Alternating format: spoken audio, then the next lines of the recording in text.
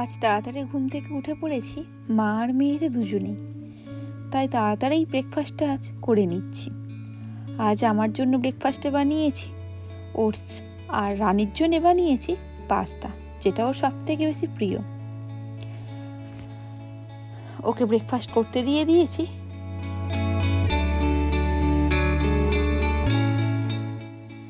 রানীকে ব্রেকফাস্ট করতে বসিয়ে দিয়েছি। আমি একটু বারান্দায় এসে দাঁড়িয়েছি সেই সুযোগে।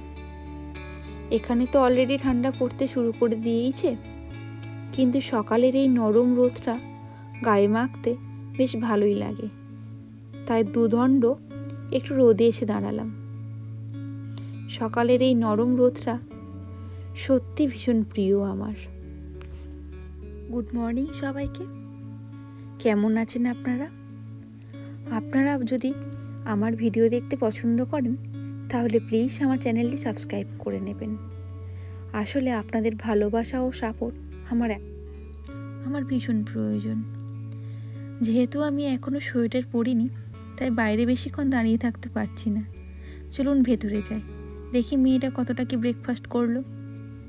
ওকে তো আবার খাইয়ে দিতে হবে, না হলে একা সেরম কিছুই খায় না। ফ্রাইডে, আজ আবার বিকেল থেকেই গণেশ চতুর্থীর তিথি পড়ে যাচ্ছে। তাই সকালে কি বানাবো ভেবে ভাবলাম একটু ভেজ পোলাও বানিয়ে নিই, যেটা খেতেও ভীষণ ভালো লাগে আর তাড়াতাড়িও হয়ে যাবে। কড়াইতে 2 টেবিল স্পুন মতো বাটার দিয়ে ওটাতে একটু জিরে ফোড়ন দিয়েছিলাম, তার সাথে একটু রসুন কুচি দিয়ে হালকা করে নেড়ে নিয়েছি। এবার আগের থেকে কেটে রাখা সবজিগুলো দিয়ে হালকা করে ভেজে নেব। ওদিকে আমি যদিও আগে ভাত বানিয়ে রেখেছি। সাথে একটু লবণ দিয়ে ভালো করে ভাজা হয়ে গেলে সবজিগুলো ঘরে বানানো একটু ভাজা মশলা, একটু জিরে গুঁড়ো, ধনে গুঁড়ো আর হলুদ গুঁড়ো, লঙ্কা গুঁড়ো দিয়ে ভালো করে মশলা কষে রাইসটা দিয়ে নাড়াচাড়া করে নিলে চটজলদি ভেজ পোলাও রেডি।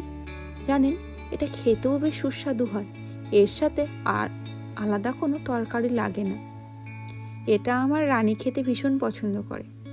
আসলে বাচ্চারা তো প্রত্যেক দিন নিত্য নতুন খাবার খেতেই বেশি ভালোবাসে, আর সেটা যদি একটু টেস্টি হয় তাহলে আর বলেই কথা নয়। ও তো আর বাইরের কোনো খাবার খায় না, ও যা খায় সব পুরোটাই বাড়িতে বানানো। ও প্রচুর সবজি খায়, প্রচুর ফল খায়, এটাই ওর সারাদিনের ডেলি রুটিন থাকে। এখানে ডাক্তাররা কখনোই বলে না বাইরের থেকে কেনা কোনো প্যাকেটজাত খাবার বাচ্চাদের দিতে। এমনকি ও শুধুমাত্র সারাদিনে 2 বার দুধ খায়, সেটাও একদম খাঁটি দুধ। এখানে কোনো সেরেল্যাক্স বা হরলিক্স জাতীয় কোনো দুধইও খায় না। জানলে অবাক হবেন, ও 6 মাস বয়স থেকে ফল খাওয়া শুরু করেছিল। ও কিন্তু তখনও কোনো প্যাকেটজাত কোনো দুধই খেত না। ডাক্তার বলেছিল ওকে ফল দেওয়া শুরু করতে। যাই হোক, গল্প করতে করতে আমার মশলাটাও রেডি হয়ে গেছে, আর এদিকে আগের থেকে বানিয়ে রাখা রাইসটাও দিয়ে দিয়েছি। এবার হালকা হাতে নাড়াচাড়া করে নিলেই রেডি ঝরঝরে একদম মশলাদার রাইস। আপনারাও বাড়িতে ট্রাই করে দেখতে পারেন, দেখবেন আপনার বাড়িতে ছোট সদস্যটি কিন্তু সবার আগে এটা খেয়ে নেবে। আজ একটু বেশি করেই বানিয়েছি, কারণ এক বন্ধু ইন্ডিয়া গিয়েছিল, সে আজ আমেরিকায় ফিরে আসছে। বাড়ি ফিরতে ফিরতে তার অনেকটাই রাত হয়ে যাবে, তাই আজকে বলেছি আমি তোমায় ডিনারটা বানিয়ে দেব। ও যেহেতু একাই আসছে, ওর ফ্যামিলি ইন্ডিয়াতে থাকছে, ওকে একাই তো রান্না করে খেতে হবে। তাই প্রথম 2 দিন ভেবেছি আমি একটু রান্না করে দেব, তাহলে ও একটু গুছিয়ে নিতে পারবে। আসলে সারাদিনের অফিসের কাজ সেরে আবার রান্না করাটা ছেলেদের জন্য একটু ডিফিকাল্ট হয়ে যায়। সেটা আমার বরের জন্য একটু কষ্টদায়ক ছিল।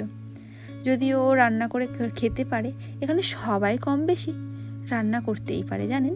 তাছাড়া অপশান হিসেবে ওই অর্ডার করে খাবার খাওয়া, আর নয়তো কিছু ফ্রোজেন খাবার কিনে মাইক্রোওভেনে ঢুকিয়ে গরম করে খেয়ে নেওয়া।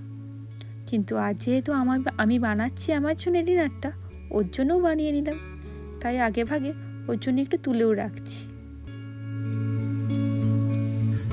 এবারে 2 বেলার খাবার বানিয়ে নিয়েছিলাম এই গণেশ ঠাকুরের জন্যই।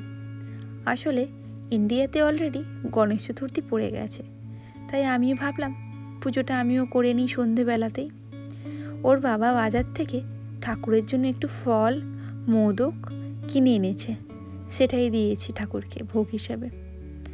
আর পুজোর শেষে বানিয়ে নিয়েছি ব্রেড পিৎজা। যাই হোক, আজকের মতো ভিডিওটি এখানেই শেষ করছি।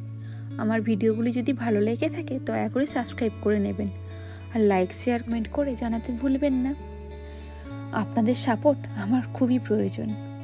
পাশে থাকবেন, ভালো থাকবেন। ধন্যবাদ।